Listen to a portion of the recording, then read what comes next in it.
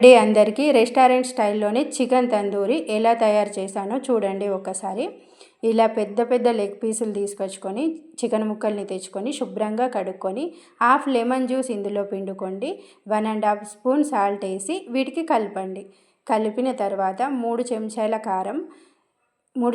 కారం, పసుపు, ధనియా పొడి, జీలకర్ర పొడి, గరం మసాలా, చికెన్ మసాలా, అల్లం వెల్లుల్లి పేస్టు, పెరుగు అన్నీ వేసి కలిపి పక్కన పెట్టుకోండి. దాదాపు 1-2 అవర్స్ పెట్టుకోండి. మీకు టైం లేకుంటే కనీసం 1 అవర్ అన్నా కలిపి పక్కన పెట్టుకోండి.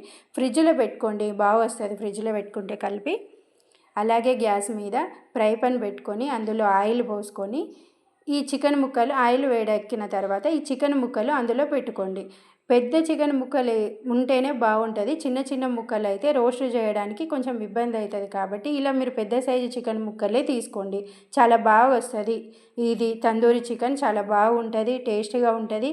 పిల్లలు కూడా తినడానికి బాగుంటుంది, ఇష్టంగా తింటారు పిల్లలు కూడా.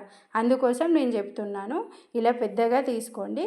వీటిని మంచిగా కొంచెం ఉడకనివ్వండి. మంచిగా ఉడికిన తర్వాత, ఎందుకంటే ఇప్పుడు డిసెంబర్ 31 వస్తుంది కదా, బాగుంటుంది. అందుకే నేను ముందే ఈ వీడియో చేసి పెడుతున్నాను. ఇలా మీ దగ్గర ఉంటే ఇలా రోస్ట్ చేసుకోండి, చాలా బాగుంటుంది. ఒక్కసారి ట్రై చేయండి చికెన్ తందూరి. మీకు ఈ వీడియో నచ్చితే ఒక్క లైక్ చేయండి ప్లీజ్, ఒక లైక్ ఇవ్వండి. ఓకే.